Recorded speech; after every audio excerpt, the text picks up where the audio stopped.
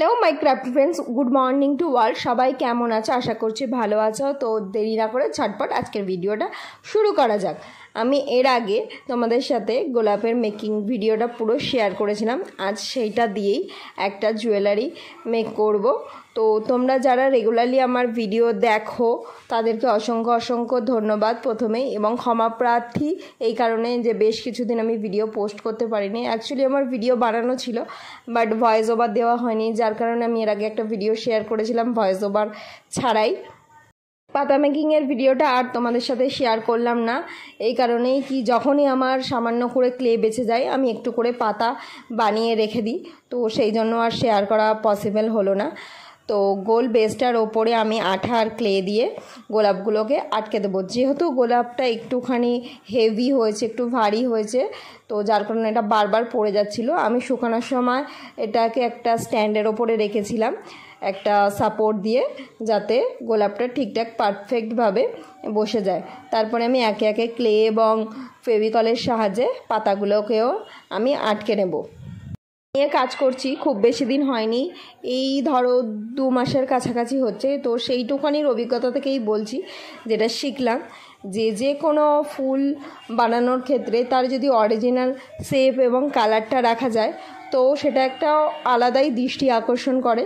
তো এই কারণেই আমি যে কোনো ফুল বানালে তার ন্যাচারালি যে কালারটা থাকে আমি সেটাই আনার চেষ্টা করি। এবার কতটা কি আনতে পারি না পারি সেটা তো সম্পূর্ণ তোমরাই বলবে।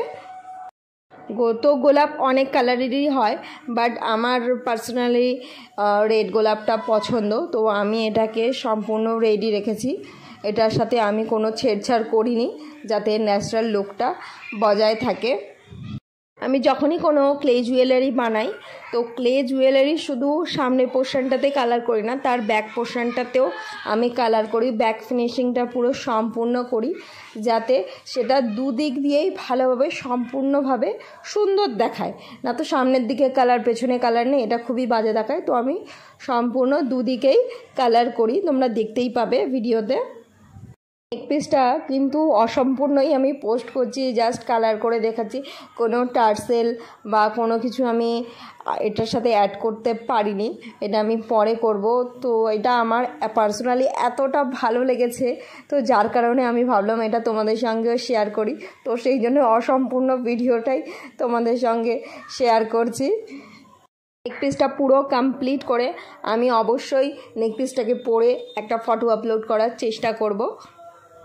অল্প সময়ের মধ্যেই ফেসবুকে আমি অনেক অনেক ভালোবাসা পেয়েছি, তার জন্য সবাইকে অসংখ্য অসংখ্য ধন্যবাদ। এবং আমার ভিডিওটা যারা ফেসবুক এবং ইনস্টাগ্রাম থেকে দেখছো অবশ্যই আমার প্রোফাইলগুলোকে ফলো করে দিও, এবং আমার ইউটিউবে নতুন হলে অবশ্যই আমার ইউটিউব চ্যানেলটাকে সাবস্ক্রাইব করে নোটিফিকেশান বেলটাকে অন করে দেবে, যাতে আমি কোনো ভিডিও পোস্ট করলে তার নোটিফিকেশান পৌঁছে যাবে সবার আগে তোমার কাছে। পাতাগুলোর কালার আমি বেসিক্যালি ন্যাচারাল রাখার চেষ্টা করি, সেই জন্যই আমি প্রথমে সমস্ত পাতাগুলো সাইডে একটুখানি ডিপ গ্রিন কালার দিয়ে আউটলাইন করে নিচ্ছি। তারপরে আমি লাইট গ্রিন কালার দিয়ে দুটো কালারকে পুরো মার্চ করে দেবো, যাতে এটা মনে হয় একটাই কালার, সাইডগুলো হালকা একটু হাইলাইট হয়, যেমন স্নেক প্ল্যান্টের পাতাগুলো থাকে না, ঠিক সেরকমই একটু করার চেষ্টা করেছি।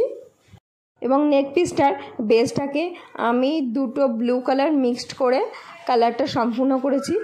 ফাইনাল লুকটা দেখার জন্য আর একটু সামান্য ধৈর্য ধরো, কমপ্লিট হয়েই এসেছে। নেক পিসটা কেমন হয়েছে অবশ্যই আমাকে কমেন্ট করে জানাবে, যে আমি এটা বানাতে ন্যাচারালি কতটা সাকসেসফুল হলাম। আমি তোমাদের কমেন্টের ওপরেই বেস করে নিজেকে আরও মডিফাই করার চেষ্টা করি, আরও নিজের ওপরে কাজ করি, যাতে আমি আরও ভালো ভালো তোমাদের সামনে রিপ্রেজেন্ট করতে পারি। আর আমার ভিডিও যদি তোমাদের ভালো লেগে থাকে অবশ্যই লাইক করে আমার ভিডিওটাকে অ্যাপ্রিসিয়েট করবে, আমাকে অ্যাপ্রিসিয়েট করবে। তোমাদের সবার ভালোবাসা ছাড়া আমার এই জার্নিটা সম্পূর্ণ হবেই না কোনো দিন। তো আমার পাশে থেকেও আমাকে একটু সাপোর্ট করো, অনেক অনেক ভালোবাসা দিও। তোমাদের ভালোবাসাতে আমি একদিন অনেক দূর পর্যন্ত যেতে পারবো। হয়তো আমি আরও 5 জনের মতন অনেক সুন্দর সুন্দর ডিজাইন বানাতে পারি না, অত কালেকশান করতে পারি না, কারণ আমি নিজে একটা বিগিনার, সবে কাজটা শুরু করেছি। তোমাদের সাপোর্ট ভালোবাসা অনেকটাই প্রয়োজন। প্লিজ আমাকে একটু সাপোর্ট করো যাতে আমি আরও ভালো জিনিস বানাতে পারি, অনেকটা দূর এগোতে পারি, কারণ পথটা অনেক বড়। আমার সাথে চলতে তোমাদের সবার ভালোবাসা প্রয়োজন। তো সেটাই বলবো, সঙ্গে থাকো। এইরকম নেকপিস যদি পরে তোমরা বাইরে বেরো তো সবার দৃষ্টি আকর্ষণ করবে যে এটা কীভাবে বানানো বা কী, কারণ হ্যান্ডমেড জুয়েলারির মার্কেটটা ইন্ডিয়াতে প্রচণ্ড কম। তো আস্তে আস্তে এটা ধীরে ধীরে ডেভেলপমেন্ট হচ্ছে। তো তোমরা যদি এটা কেউ পারচেস করতে চাও অবশ্যই আমাকে ফেসবুক এবং ইনস্টাগ্রামে ডিএম করতে পারো, অথবা আমাকে ইউটিউবে কমেন্ট করে জানাতে পারো। আমি অবশ্যই রিপ্লাই দেওয়ার চেষ্টা করব। প্রতিটা জুয়েলারি বানানোর পরে কালারগুলোকে 1 ঘন্টা ভালোভাবে শুকিয়ে নিই, তারপর এটার ওপর ভালোভাবে একটা ভার্নিশের কোড অ্যাপ্লাই করে দিই যাতে এগুলো ওয়াটারপ্রুফ হয়ে যায়। তো তোমরা নির্দ্বিধায় এটাকে পারচেস করতে পারো। কথা বলতে বলতে এটা রেডি হয়ে গেল। Here it's final look. কেমন হয়েছে আমাকে বলো। অরিজিনালি এটা রোজ লাগছে কিনা। তো সবাই ভালো থেকো, সুস্থ থেকো। দেখা হবে নেক্সট ভিডিওতে। ততক্ষণের জন্য টাটা।